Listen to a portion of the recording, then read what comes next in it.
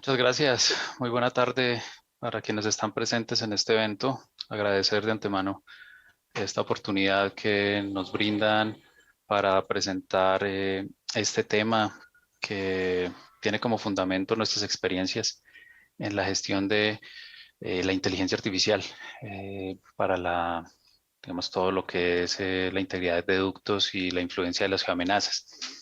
Con la introducción que se hacía hace un momento, me recordaban nuestras primeras intervenciones en las jornadas andinas de ductos hace unos años, hace quizás una década, y cómo esto ha venido evolucionando en otros campos.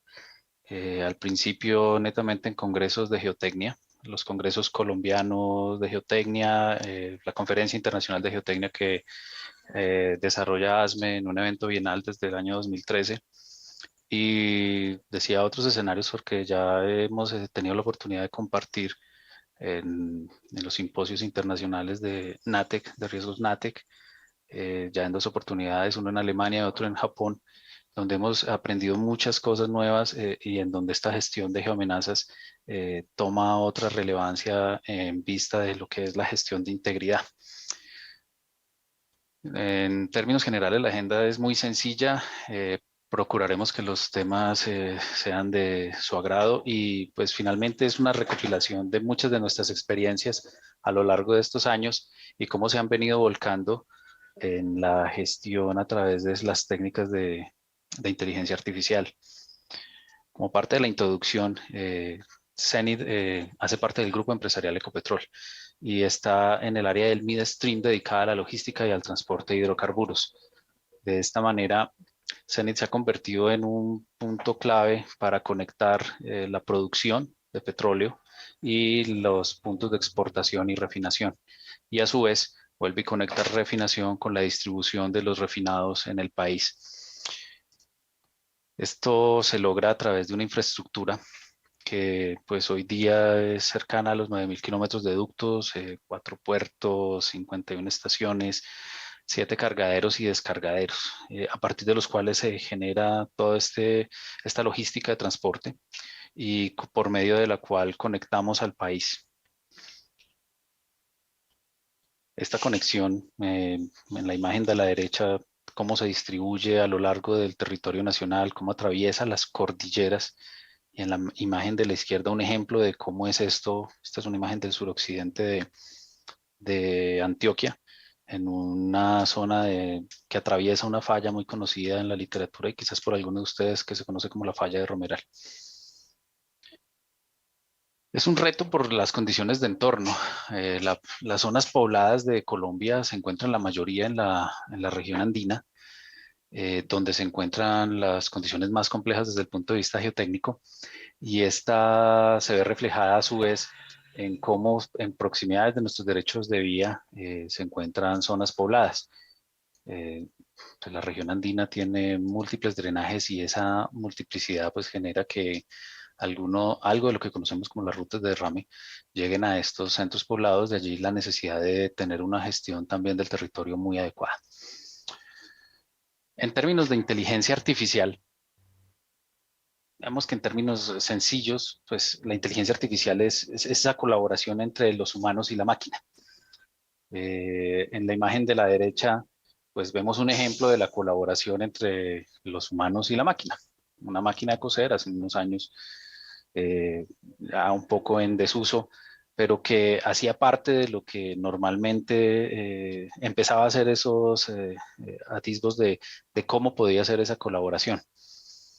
Eh, Hoy día se enfrenta a un desafío, y es esa relación que puede, o en esa relación, cómo se va a dar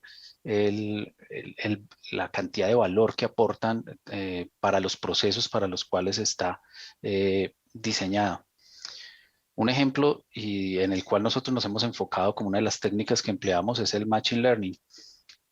Finalmente, en términos sencillos, uno podría decir que el Machine Learning es una técnica que intenta resolver un problema singular, pero que está aplicado a gran escala.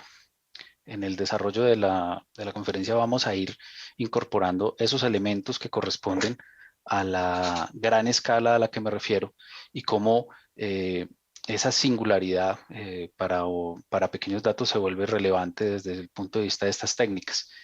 Para quienes gustan un poco más de digamos, de los análisis matemáticos y de lo que implica el Machine Learning, hay un libro muy interesante. Allí pueden ver la bibliografía desarrollado por la Universidad de Cambridge.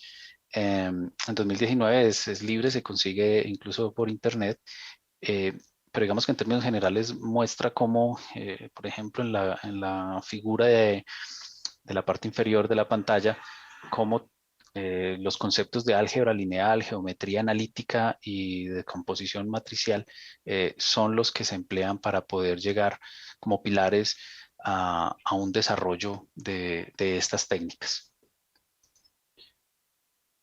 Hacía mención hace un momento de la máquina de coser y el humano en esa colaboración. Históricamente esto ha sufrido un proceso.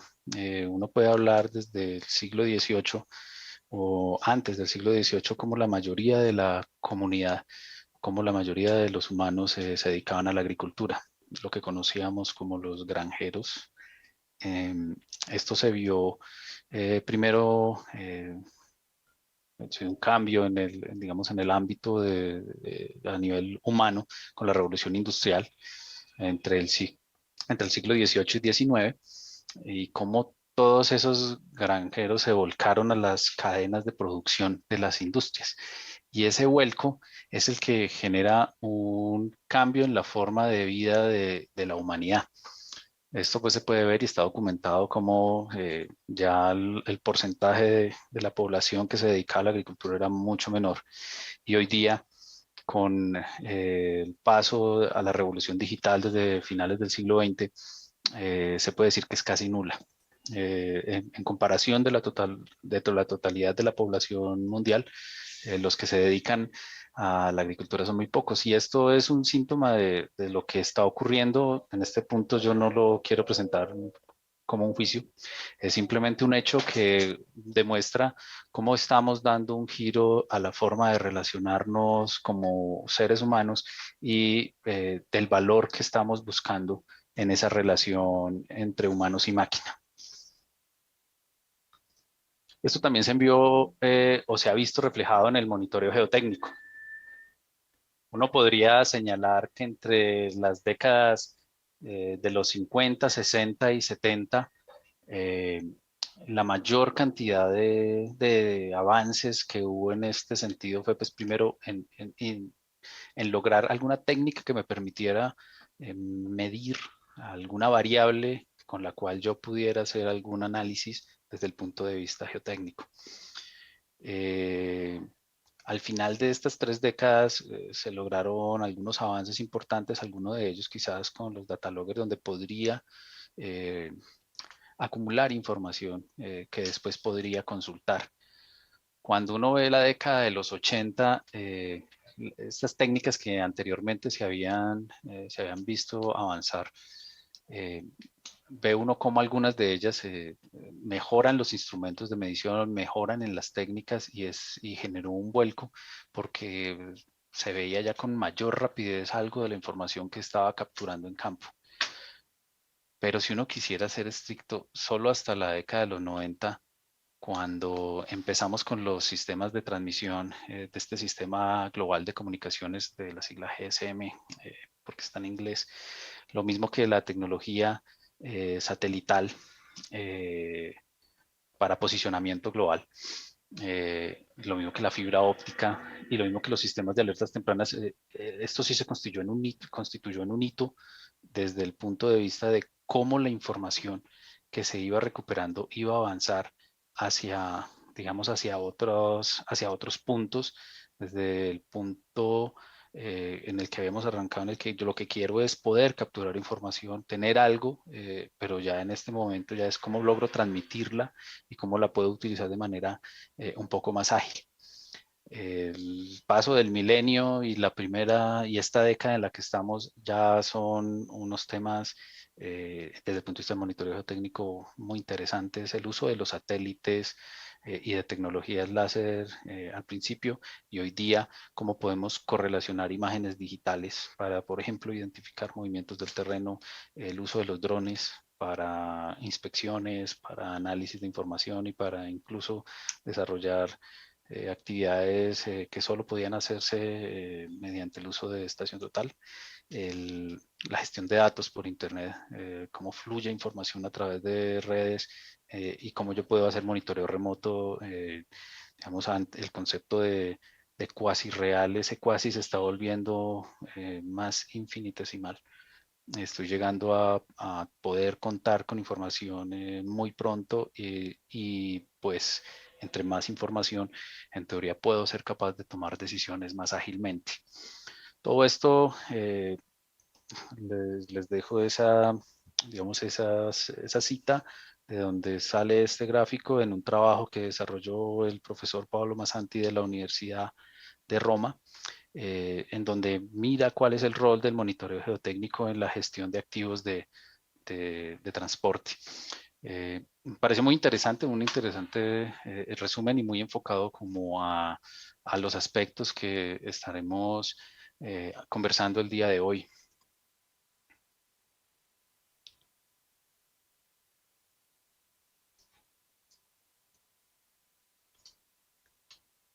¿Qué experiencias de gestión tenemos digamos, en el marco digamos, de todo lo que les comentaba ahora al principio?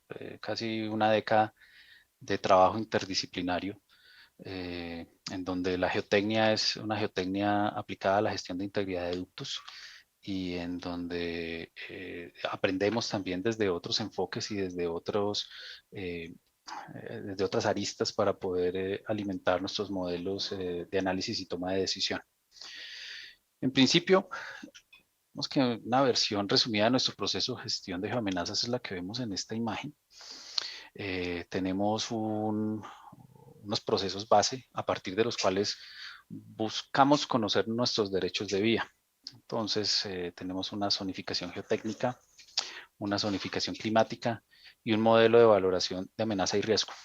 Vemos que la construcción de estos componentes se ha presentado en algunos de los eventos que les he comentado anteriormente, pero en síntesis lo que han procurado es poder contar con la información de variables representativas que permitan el análisis de la condición de susceptibilidad de los derechos de vía, de agentes detonantes y cómo eso se incorpora en modelos para tomas de decisiones.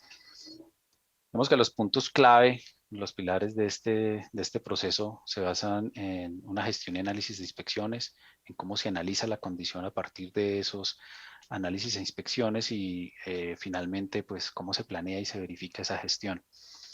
Uno podría decir que no es nada diferente digamos, en en el primer punto en la gestión y análisis de inspecciones a la inspección del derecho de vía, a la inspección o al monitoreo del terreno, con algunas de las técnicas que veíamos hace un rato, al monitoreo del ducto, que se convierte en otra de las herramientas de inspección, y al monitoreo de la lluvia y el sismo. Esas son nuestras principales inspecciones con algunas técnicas, en algunos casos según el operador o la zona del mundo diferentes, pero se basan en ello. Por otro lado está el análisis de condición, es analizar el entorno, es analizar la vulnerabilidad del ducto y cómo se relaciona, dada su integración con el entorno. Esto entrega información muy interesante desde el punto de vista del entendimiento que el elemento expuesto es el ducto, que el elemento por analizar y sobre el cual gestionamos la información es efectivamente la tubería y el derecho de vía. Por último, pues en los planes de gestión existen desde la retroalimentación de todo el proceso, en las técnicas de inspección y de seguimiento, o cómo se pueden incorporar nuevos elementos que restituciones, variantes y en algunos casos pues todas esas prácticas de control de calidad para verificar el cumplimiento de ello.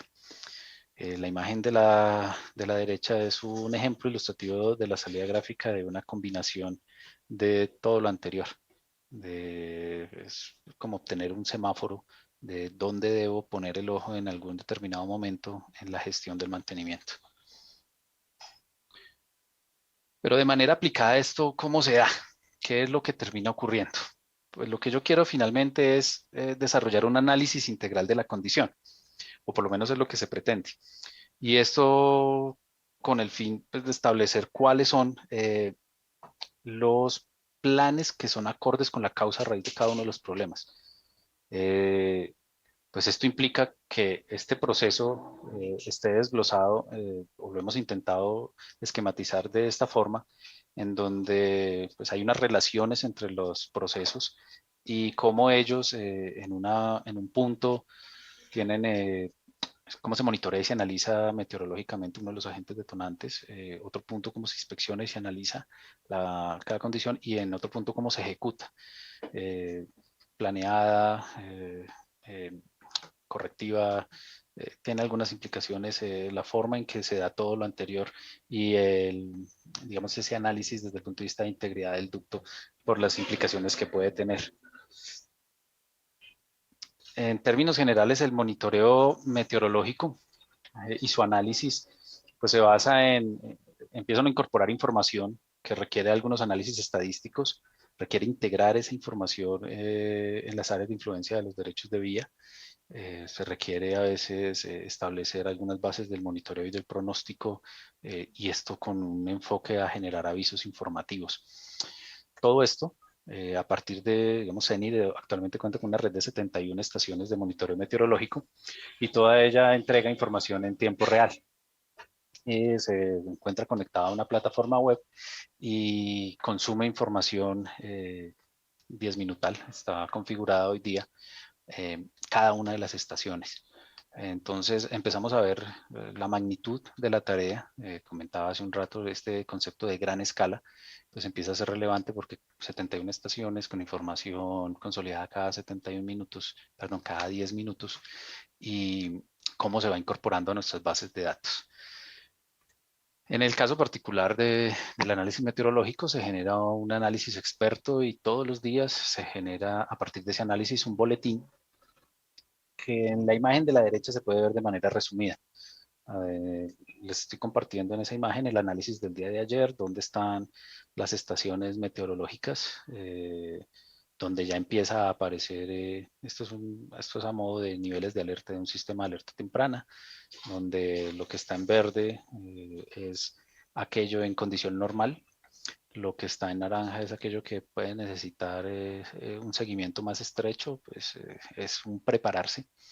Digamos, para el día de ayer no teníamos ninguna estación en condición de tomar acción como establece el nivel de alerta y que nuestro manejo de la gestión implica el desarrollo de inspecciones específicas a los tramos donde se identifica esa condición.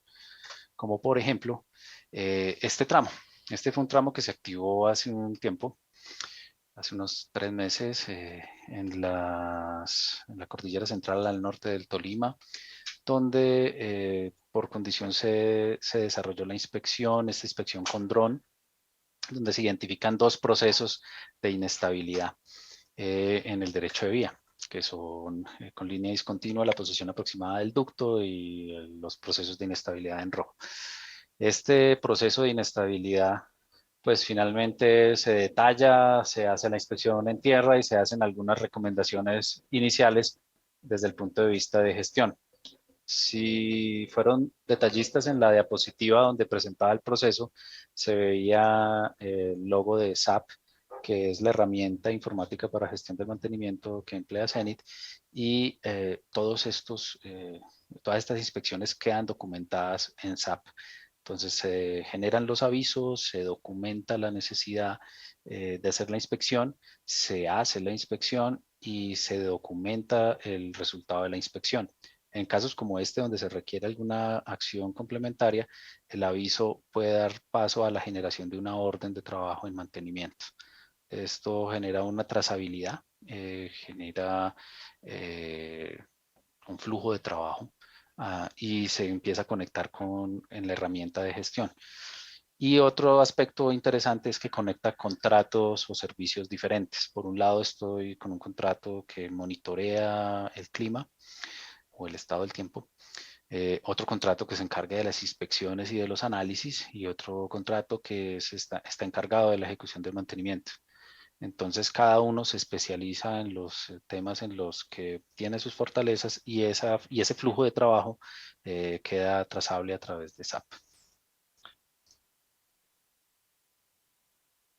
Pero no es solo SAP.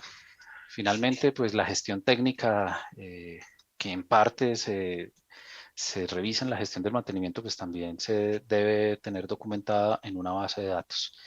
Y este fue uno de los aspectos que se trabajó para poder documentar a través de una aplicación que se desarrolló en Zenith para digamos, para todo el tema de la captura de información, su procesamiento y adicional generación de algunos tableros de visualización en tiempo real. Eh, Estas son algunas imágenes de la aplicación, es algo sencillo. Eh, las personas que capturan la información diligencian unos espacios leves. Esto incluso lo viene desarrollando hace algún tiempo las cuadrillas de seguridad física y hoy día pues el objetivo es empezar a relacionar ambas bases de datos y conectarlas de modo tal que todas las inspecciones terminen volcándose en una única base de datos que sirve para alimentar nuestros algoritmos de toma de decisión. Esta validación técnica de las inspecciones, finalmente, como se vuelve una base de datos, esta base de datos se puede consultar y se puede verificar cuál fue la información levantada en campo. Puede tener el nivel de detalle como este es un ejemplo que intento mostrarles donde ya incluye información de otras capas temáticas, como por ejemplo localización de válvulas, ortofotomapas que se han levantado históricamente, caminos, rutas de derrame, otro tipo de reportes con relación a localización de marcos H, interfaces aeroenterradas, históricos de atención. En fin, seguimos sumando trabajo digamos, a lo que mencionaba hace un momento, la gran escala de información que empieza a sumar y esto en tiempo real. Todo esto se captura en campo y casi que en automático sube a las bases de datos de Zenith para iniciar ese proceso de validación. También combinamos algunas técnicas. Este es un derecho de vía localizado en una vía nacional, el ducto en Berma de Vía, donde se observó en algún momento algún trabajo de mantenimiento de la vía. Inmediatamente pues se hacen algunas verificaciones y se hace por allí alguna inspección complementaria desde el punto de vista de la condición del ducto. Coincide con una corrida cercana de herramienta inteligente y se hace una verificación y cuando se desarrolla esta inspección de edil y se analiza la información, pues obtuvimos pues, las evidencias de lo que finalmente fue la intervención. Esto fue por allá en el año 2016, donde se detecta pues un bending strain en el ducto y bueno, se atiende de manera oportuna. Esta es otra entonces información que entra en estos análisis. Por un lado, la información de las corridas de herramienta inteligente y por otro, cómo se incorpora eso a lo que estamos inspeccionando en nuestros derechos de vía y cómo eso puede reflejar también la condición desde el punto de vista de la relación del ducto con su entorno. De esta manera, digamos, uno de los mayores detonantes de procesos de inestabilidad son los hidrometeorológicos. Son los que más geoamenazas activan, particularmente en Colombia. Y de allí que uno de los grandes procesos que hemos desarrollado desde el año 2013, que vio su primera luz en el año 2014, fue el de zonificación climática. Este proceso de zonificación pues, tuvo algunos conceptos básicos, algunos índices que se tuvieron en cuenta, que evolucionaron hacia el año 2016 con una segunda zonificación que incorporó otras variables. Y ya hacia el año 2018-2019 se desarrolla el primer intento de un algoritmo no supervisado a través de Machine Learning, con K-media, recuerdo que fue el que se empleó para discretizar y para generar las diferentes matrices y recientemente pues evolucionamos a un algoritmo supervisado para poder generar la zonificación adaptativa de nuestros derechos de vía. Esto ha buscado fortalecer estas herramientas de toma de decisión. estamos volcados al uso de todas las tecnologías geoespaciales y al uso de estas técnicas de, digamos, de inteligencia artificial para poder comprender la información, procesarla y tomar decisiones. En esta última zonificación incluso ya es más que una zonificación climática, ya lo vamos a ver aquí en adelante, sino que empieza a ser una zonificación integrada, donde se consumen tanto la climatología como la susceptibilidad geotécnica y algunos elementos de las inspecciones que se desarrollan. Nuestra metodología pues ha aplicado los conceptos básicos de minería de datos. El que vemos allí es un proceso estándar muy utilizado por los expertos en el tema. Nosotros estamos intentando emular a estos expertos y hemos empezado con nuestras alianzas estratégicas a desarrollar esos análisis. Digamos que ese proceso que se basa en 6 fases, pues lo vemos a la derecha en cómo ha sido el proceso en Zenit. Y uno de los primeros aspectos que es de interés es cómo se adquiere esa información. Y allí es donde vemos todo el trabajo que se ha desarrollado para parametrizar el suelo, la meteorología, la topografía, lo geotécnico, que ha tenido en cuenta algunos de ellos, pues son los que están en la tabla y están las fuentes de información que se han empleado. Entonces, pues esto ha sido un proceso continuo para empezar a estructurar y poder contar con esa información que finalmente debe surtir el proceso de preparación. Ese proceso de preparación, pues hay que seleccionar un ancho de derecho de vía. Digamos, en esta amenaza no es solo el ducto, sino también las zonas aledañas y pues allí entra el, la duda que siempre nos acompaña de, bueno, cuánto es lo justo, que no sea mucho, pero que tampoco sea poco. ¿En virtud de qué? De que cada uno de esos buffer que se seleccionan, que en nuestro caso es de 2.5 kilómetros, pues debe rasterizarse y debe escogerse un tamaño de píxel. Vamos que ha sido práctico para nosotros utilizar el DEM de la misión topográfica de la NASA de 30 por 30. Esto, pues por manipulación de información, nos ha resultado pues para las capacidades hoy día de procesamiento adecuado, pero digamos que podemos tener información incluso con un tamaño de píxel de 5 metros, pero el procesamiento pues es una cosa loca. Hasta ahora no se ha logrado pues correr el modelo en toda nuestra infraestructura para ese tamaño de píxel, por lo que por lo pronto lo hemos dejado en 1 de 30, se ha comparado y los resultados son adecuados. Finalmente esos puntos son el centroide de cada uno de esos píxeles y cada uno de esos puntos tiene todas las variables que hemos parametrizado anteriormente, producto de todas las zonificaciones, producto de todos los análisis de los modelos de valoración y de unos trabajos complementarios que no cito en este punto, pero que creo que dan el punto de comprender la magnitud de información, la cantidad de información que tiene cada uno de esos puntos y cómo debe desarrollarse ese relacionamiento. En el proceso de modelación, les había contado que anteriormente habíamos desarrollado un algoritmo no supervisado. En este caso ya empieza a ser supervisado. Eh, Supervisado hemos introducido la información de bases de datos, como por ejemplo la del Servicio Geológico de Colombia, el CIMA. Es información pública, tiene eventos desde el año 1916 hasta el año 2019 y de los que están reportados allí en la base de datos, por lo menos cuando consumimos esta información a finales del año pasado, era un total de 2.375 hallazgos que utilizamos para entrenamiento digamos, de nuestro algoritmo. Igualmente, todos los hallazgos que teníamos registrados en bases de datos de CEN y de Ecopetrol entre el 2014 y el 2018, para un total de 2.214 eventos.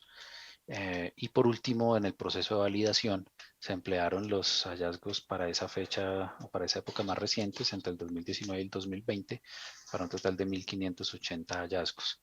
Entonces, a la magnitud de la tarea en términos de los parámetros que cada punto tiene, pues está identificar sus relaciones, cómo se ven reflejadas para cada uno de esos eventos que también entran en el juego o en el análisis que se debe desarrollar. Las salidas gráficas finalmente eran lo que veíamos anteriormente y que aquí se ve en modo general, generando 5 clústeres con una base de datos especializada donde cada uno de los puntos tiene todos los atributos que hemos comentado y que a partir de juicio experto se fueron calibrando con base en el conocimiento que tenemos de nuestros derechos de vía. Esto no es más que una toma de decisión de datos que en resumidas cuentas logra a partir de una información geográfica donde se cruza pues, información de eventos históricos, como los que estamos viendo allí, que son los puntos negros, logra discretizar la infraestructura, la vemos espacialmente. Digamos que uno relaciona un PK porque pues, hay una forma, o uno debe conectarse con las áreas de mantenimiento de alguna manera, pero digamos en estricta esencia empieza a generar un flujo de información donde se deben combinar las técnicas que hemos comentado, como la información toda de cualquier fuente, bueno, y cualquier fuente válida, que permita entrenar la red como la que vimos allí, e incluso detalles de cuenca como los que vemos en esta imagen, donde la red de drenaje y cada una de las cuencas que ello genera, cómo interactúan en los derechos de vía. Entonces ese nivel de detalle se ha logrado y esto es lo que nos ha permitido generar en este momento tenemos 20 reglas de asociación. Esas reglas se han generado a partir de, digamos, del entendimiento de, no de causalidad, sino de qué eventos ocurren o de algunas relaciones que hay entre algunos eventos y lo que vemos en nuestros derechos de vía. Digamos que este proceso es, en resumidas cuentas, no tiene nada diferente a lo que se ha intentado, se ha venido haciendo históricamente. Lo que pasa es que la magnitud de información a procesar requiere técnicas especiales que permitan procesar esa información, identificar patrones que no se observan fácilmente debido a la magnitud de datos. Y allí es donde la inteligencia artificial ayuda. Esa zonificación finalmente empieza a fluir en temas de lo que tengo como registros históricos, lo que tengo monitoreado en tiempo real y pues finalmente en decir para una determinada fecha dónde debo tener algún cuidado, dónde debo estar más atento que en otros. En todos estaremos atentos, pero pues hay algunos donde debo priorizar la gestión que se ejecuta y que se desarrolla desde el mantenimiento. Bueno, pues conclusiones adicionales a las que estamos allí proyectando. Hay un punto muy relevante en términos de la divulgación científica. Hay que establecer nexos de comunicación efectivos. Digamos, todo lo que hemos visto hasta el momento es, es finalmente esa ambición teórica donde buscamos establecer algunas condiciones, identificar algunas variables y algunos patrones, pero los resultados prácticos deben también reflejarse en la gestión que hacemos y de allí es donde es importante cómo conecta con nuestro ejercicio de divulgar científicamente. Hay que conocer, tiene algunas implicaciones desde el punto de vista del conocimiento y del análisis crítico, pero saber es cómo lo aplico a la realidad. Y cuando uno logra pasar ese lenguaje técnico, ah, lo lleva al entendimiento y lo transmite de forma que sea comprendido por otros, se pueden desarrollar debates más precisos y se pueden tomar decisiones más adecuadas. Porque pues finalmente lo que cuenta es lo que es real, no las palabras con las que uno intenta comprender esa realidad.